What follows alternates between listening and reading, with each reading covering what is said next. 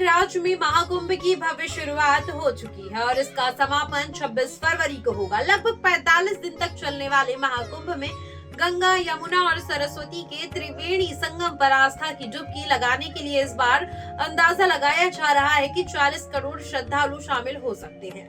महाकुंभ में बड़ी संख्या में साधु संत संगम में पवित्र स्नान करने के लिए दूर दूर से पहुंच रहे हैं। हर बार कुंभ में आने वाले नागा साधु लोगों के बीच आकर्षण का केंद्र रहते हैं।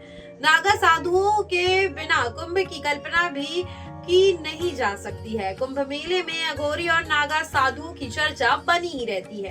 नागा साधुओं की वेशभूषा और खान पान आम लोगों से काफी ज्यादा अलग होता है। पुरुषों के समान ही महिला नागा साधु भी होती है। तो आज के हमारे वीडियो में हम जानेंगे महिला नागा साधु कैसे अपना जीवन जीती हैं और वो कैसे महिला नागा साधु बनती हैं। नमस्कार, मैं हूँ आपके साथ साक्षी गुप्ता। आप सभी का स्वागत है दामोघर भक्ति में। महिला नागा साधु भी अपने जीवन को पूर्ण रूप से ईश्वर को समर्पित कर देती है और इनकी दुनिया भी एकदम अलग और विचित्र होती है। महिला नागा साधु कैसे बनती हैं? महिला नागा साधु कहाँ रहती हैं? महिला नागा साधु क्या करती हैं? महिला नागा साधु क्या खाती हैं, कहाँ जाती हैं? ये सारे आपके जो क्वेश्चंस हैं आज के इस वीडियो में सारी चीजें आपकी क्लियर हो जाएंगी। तो चलिए इस पे बात करते हैं। अब हम बात कर लेते हैं महिला नागा साधु का जीवन कैसे होता है। नागा साधुओं की रहस्यमय दुनिया के बारे में ज्यादातर लोगों को पता होता है, लेकिन महिला नागा साधु का जीवन सबसे अलग होता है। महिला नागा साधु गृहस्थ जीवन से दूर हो चुकी होती है। इनके दिन की शुरुआत और अंत दोनों पूजा पाठ के साथ होती है। महिला नागा साधु का जीवन कई तरह की कठिनाइयों से भरा होता है। महिला नागा साधुओं को दुनिया से कोई मतलब नहीं होता, यानी कि एक तरीके से देखा जाए तो उन्हें इस दुनियादारी से कोई मतलब नहीं है। वो सिर्फ आध्यात्म की ओर अग्रसर रहती है। लेकिन अब आपके मन में एक क्वेश्चन जरूर आ रहा होगा, यानी कि सवाल जरूर आ रहा होगा कि आखिर महिला साधु, माफ कीजिएगा, महिला नागा साधु आखिर कैसे बनाया जाता है या बनते हैं वो लोग महिला नागा साधु? तो महिला नागा साधु बनने के बाद सभी साधु साध्वी उन्हें माता कहते हैं। साथ ही महिला नागा साधुओं में वैष्णव, शैव और उदासीन संप्रदाय होते हैं। इन तीनों संप्रदाय के अखाड़े नागा साधु बनाते हैं। तो कुल मिला के देखा जाए कुछ अखाड़े होते हैं, ये नागा साधु या महिला नागा साधु इन्हीं के बीच में डिवाइड रहते हैं, यानी कि विभाजित रहते हैं। अब हम बात करते हैं, मैं आपको और बता देती हूँ कैसे बना जाता है। तो देखिए, पुरुष नागा साधु नग्न रहते हैं, लेकिन महिला नागा साधु को नग्न रहने की इजाजत नहीं दी जाती है।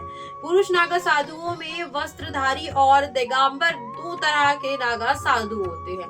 सभी महिला नागा साधु वस्त्रधारी होती। महिला नागा साधुओं को अपने माथे पर तिलक लगाना जरूरी होता है। साथ ही महिला नागा साधु गेरुए रंग का सिर्फ एक कपड़ा पहनती है, जो कि कहीं से सिला हुआ नहीं होता। महिला नागा साधु के इस वस्त्र को गंती कहा जाता है। साथ ही अब इसकी प्रोसेस क्या होती है? अब आपके मन में ये भी सवाल आ रहा होगा कि कैसे क्या ये अपना जीवन यापन करती है। तो महिला नागा साधु बनने की प्रक्रिया काफी ज्यादा कठिन होती है और इसका जीवन भी बेहद, जी हाँ, इनका जो जीवन होता है बहुत ज्यादा कठिन होता है। नागा साधु बनने के लिए महिलाओं को कड़ी परीक्षा से गुजरना पड़ता है। नागा साधु या सन्यासी बनने के लिए 10 से 15 साल तक कठिन ब्रह्मचर्य का पालन करना पड़ता है। नागा साधु बनने के लिए गुरु को विश्वास दिलाना पड़ता है कि वो महिला नागा साधु बनने के लिए योग्य है और खुद को ईश्वर के प्रति समर्पित कर चुकी है। इसके बाद गुरु ही नागा साधु बनने की स्वीकृति देते हैं। यानी कि कुल मिला के नागा, जो महिला नागा साधु होती हैं, उनके बनने की जो प्रक्रिया है वो उनके गुरु या उनके आराध्य जिनको वो मानते हैं उन पे ऊपर डिपेंड होती है। अब एक बहुत ज्यादा चौंकाने वाली मैं आपको बात बताऊं। नागा साधु बनने से पहले महिला को बीते जीवन को देखकर ये पता किया जाता है कि वो ईश्वर के प्रति समर्पित है या नहीं, और वो नागा साधु बनने के बाद कठिन साधना कर सकती है या नहीं। नागा साधु बनने से पहले महिला को जीवित रहते ही अपना पिंडदान कराना पड़ता है और मुंडन भी करवाना पड़ता है। तो ये इनका एक काफी दिलचस्प पहलू है कि इन्हें ये चीज कंपलसरी होती है करवाना। मुंडन कराने के बाद महिला को नदी में स्नान कराया जाता है और फिर महिला नागा साधु पूरा दिन भगवान का जाप करती है। पुरुषों की तरह ही महिला नागा साधु भी शिव जी की पूजा करती है। सुबह ब्रह्म मुहूर्त में उठकर शिव जी का जाप करती है और शाम को दत्तात्रेय भगवान की आराधना करती हैं। दोपहर में भोजन के बाद फिर वो शिव जी का जाप करती है। अब पहले प्रोसेस में तो किसी भी महिला को सन्यासी बनना पड़ता है और सन्यासी बनने के बाद महिला नागा साधु बनने के अंतिम चरण तक पहुंचने के लिए लगभग 10 साल का समय लग सकता है। नागा साधु खाने में कंदमूल, फल, जड़ी बूटी, फल और कई तरह की पत्तियां खाते हैं। नागा साधु के समान ही महिला नागा साधु भी यही चीजें खाती हैं। तो कमेंट सेक्शन में आप मुझे ये बताइए कि आपको महिला नागा साधु के बारे में ये जो इन्फॉर्मेशन हमने दी ये आपको कैसी लगी। प्लीज कमेंट सेक्शन में अपनी ये जो ओपिनियन है वो हमें शेयर जरूर करें। और भी ऐसी इन्फॉर्मेशन अपडेट्स के लिए और सनातन संस्कृति को जानने के लिए बने रहिए मुखर भक्ति के साथ। तब तक के लिए नमस्कार।